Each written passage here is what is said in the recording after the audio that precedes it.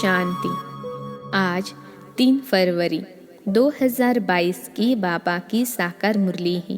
मुरली की महावाक्य है, मीठे बच्चे सदा इसी रुहाब में रहो कि बाप हमको वापिस ले जाने के लिए आए हैं। अब सबको वापिस चलना है। प्रश्न है, तुम बच्चे इस समय सबसे बड़े ते बड़ा पुण्य कौन सा करते हो? उत्तर है, अपना सब कुछ शिव बाबा के आगे समर्पण कर देना। यह ही बहुत बड़ा पुण्य। सरेंडर कर पूरा श्रीमत पर चलने से बहुत ऊंच पद मिल जाता है।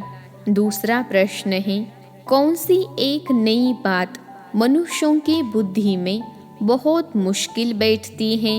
उत्तर है, शिव बाबा जो निराकार है उसने ब्रह्मा के तन में प्रवेश किया है।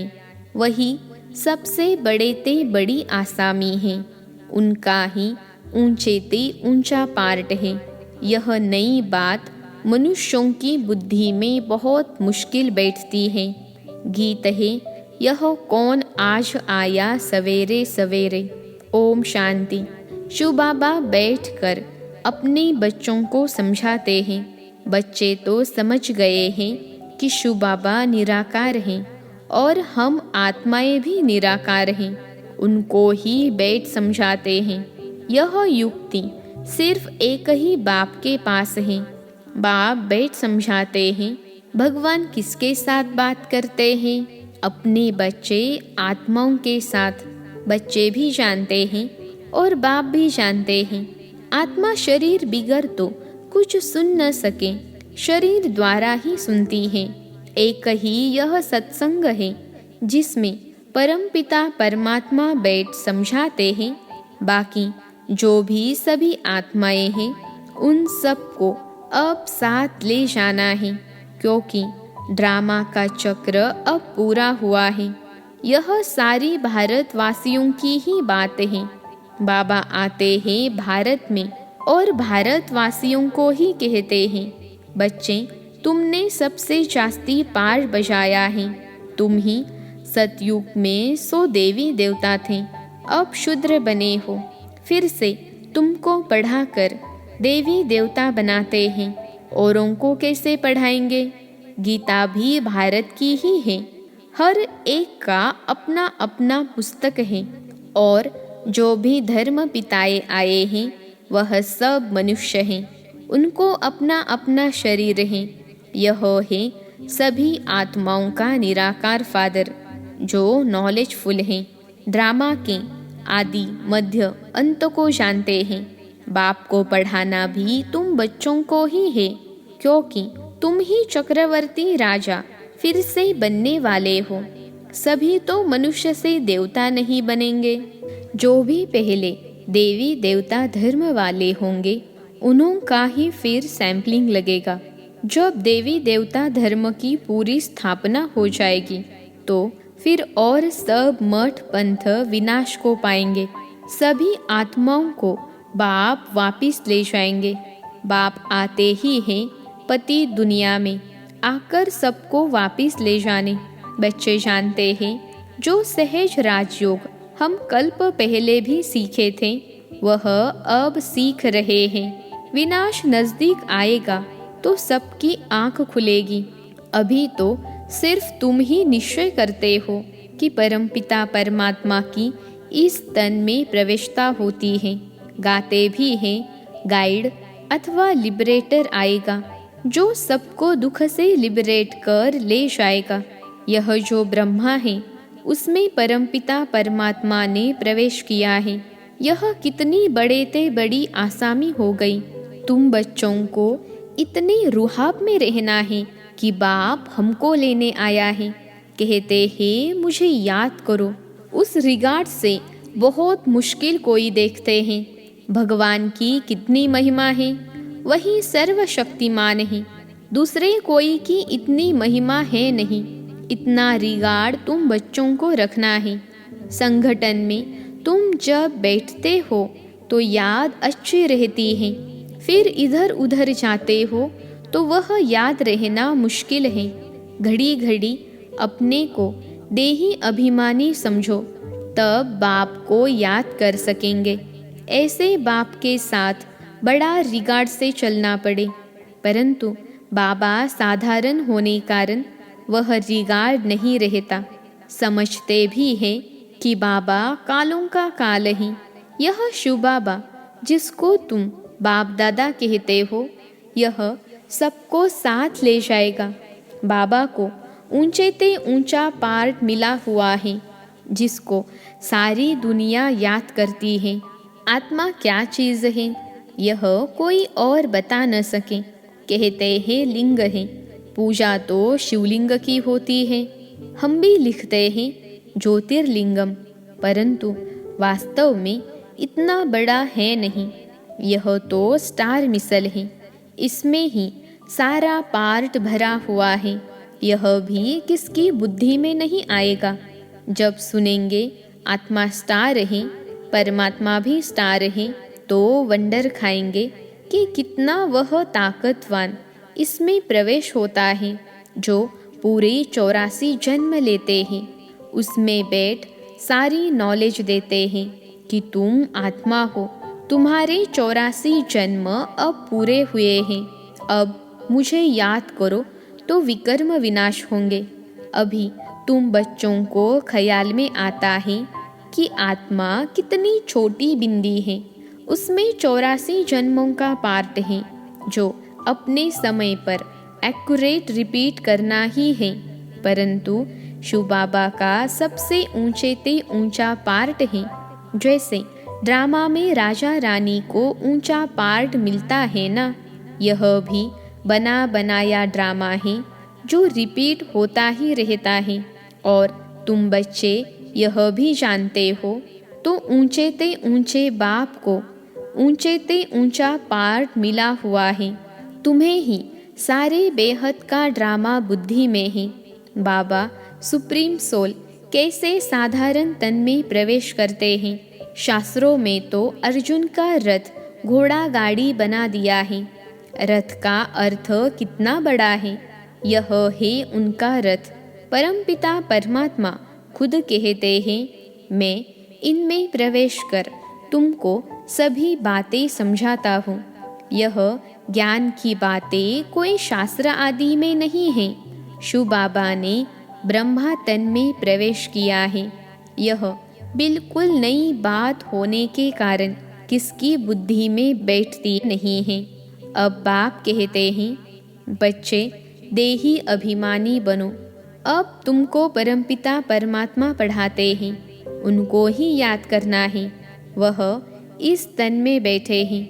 इनको तो तुम दादा कहते थे। यह बाप दादा दोनों कंबाइंड हैं।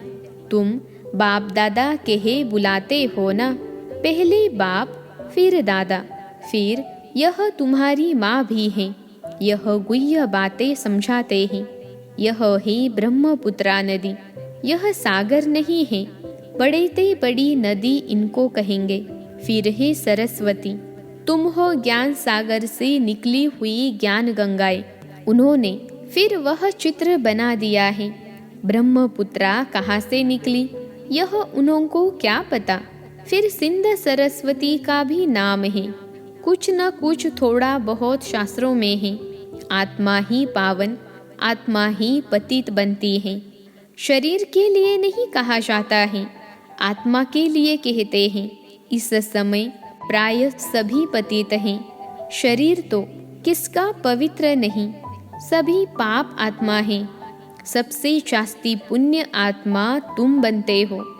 सब कुछ शिव बाबा को सरेंडर करते हो। ऐसे बहुत होते हैं जो एक एक चीज़ सरेंडर कराते हैं। लोभ को सरेंडर करो, फलानी चीज़ छोड़ो। यहाँ तुम जब बाबा के बने तो सब कुछ बाप को सरेंडर करते हो। बाबा फिर एवजा देते हैं। जो जितना श्रीमत पर चलते हैं, सरेंडर करते हैं, उतना उनको दर्जा मिलता है। मुख्य है शिव बाबा को याद करना। शिव बाबा यहाँ आते हैं पढ़ाने। सारा दिन तो इसमें नहीं बैठ जाएगा, सेकंड की बात है। तुम याद करो और आ जाएगा। तुम समझते होंगे कि बाबा सदैव यहाँ है, परंतु यह खुद ही भूल जाते हैं। इस समय बाप खुद कहते हैं, मैं तो सबको लेने आया हूँ। विवेक भी कहता है कि विनाश तो जरूर होना है। अब तो बहुत मनुष्य हो गए हैं, विनाश की खूब तैयारियां हो रही हैं, यह भी तुम ही जानते हो। बाकी और भले कहते हैं विनाश होगा, परंतु उसके बाद क्या होगा यह नहीं जानते। तुम्हारे में भी नंबरवार जानते हैं कि बाबा आया है, राजधानी स्थापन हो रही है। हम भी बाबा के साथ सर्विस में मददगार हैं, कांटों को फूल बना रहे हैं। भक्ति मार्ग वाले तो बाप को जानते ही नहीं। अगर कहें कि शास्त्र पढ़ने से परमात्मा से मिलने का रास्ता मिलता है तो पहुंच जाने चाहिए, परंतु बाप कहते हैं वापिस कोई भी परमधाम गया ही नहीं है। कई समझते हैं नई दुनिया फिर नई सिर उत्पन्न होगी। अनेक दुनिया में मत मतांतर है।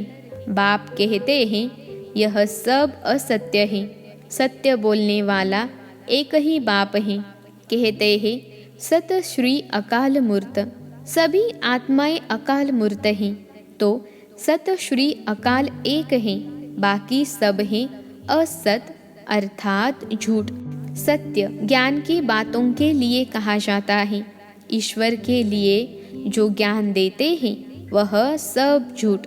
गॉडली नॉलेज एक गॉड ही आकर देते हैं। तुम बच्चों को याद रखना है कि यह ड्रामा पूरा होता है, अभी हमको वापिस जाना है। जैसे नाटक की जब पिछाड़ी होती है तो एक्टर समझते हैं अब नाटक पूरा होगा, हम सब घर जाएंगे।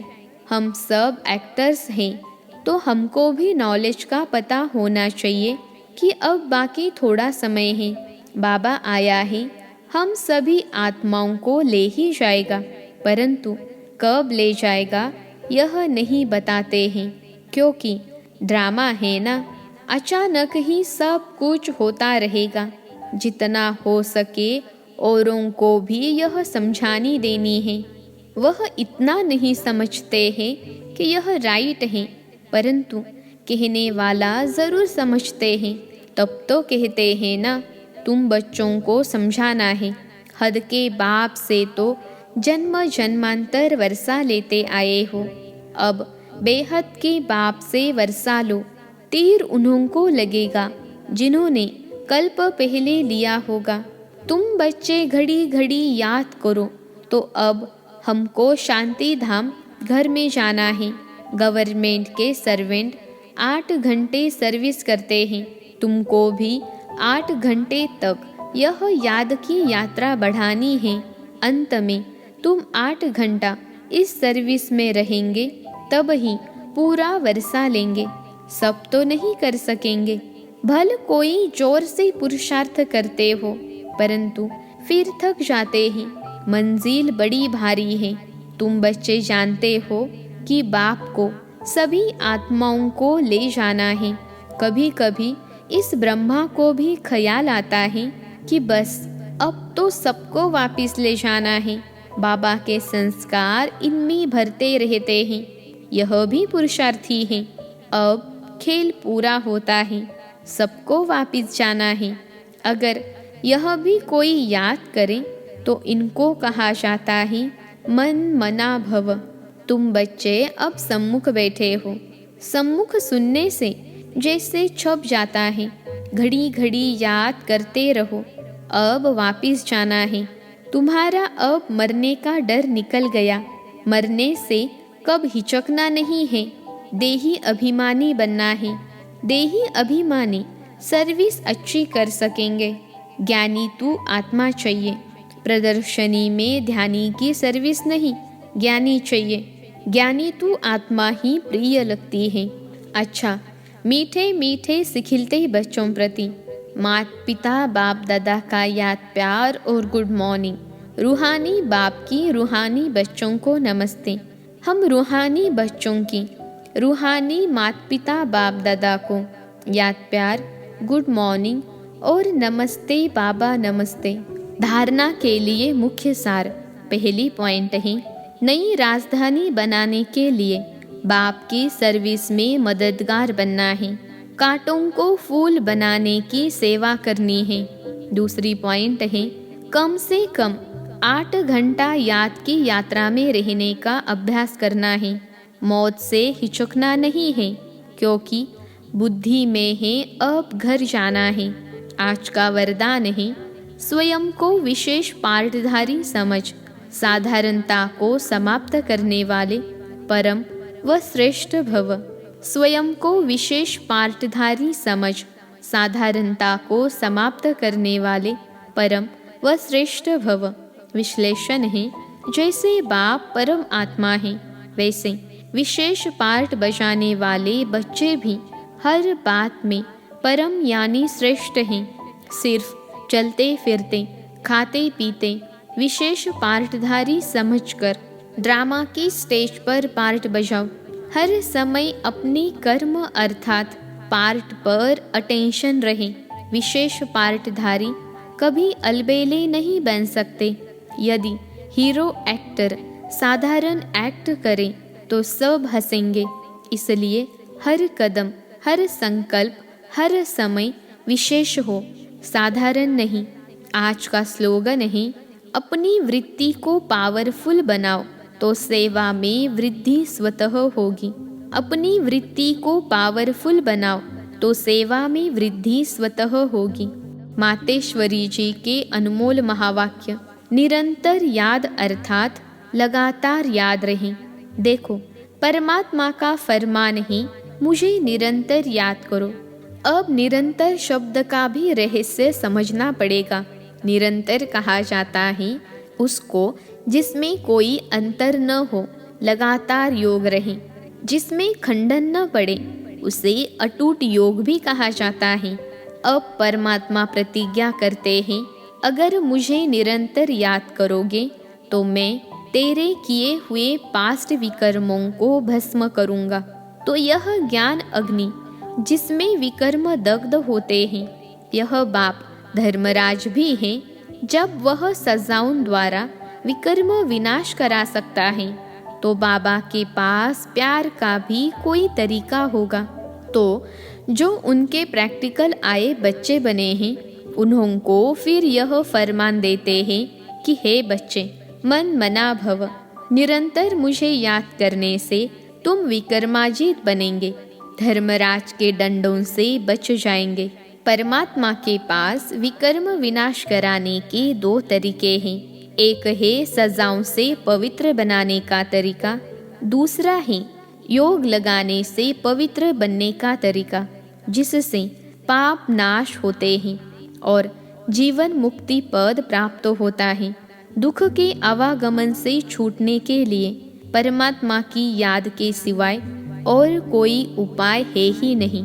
अच्छा, ओम शांति।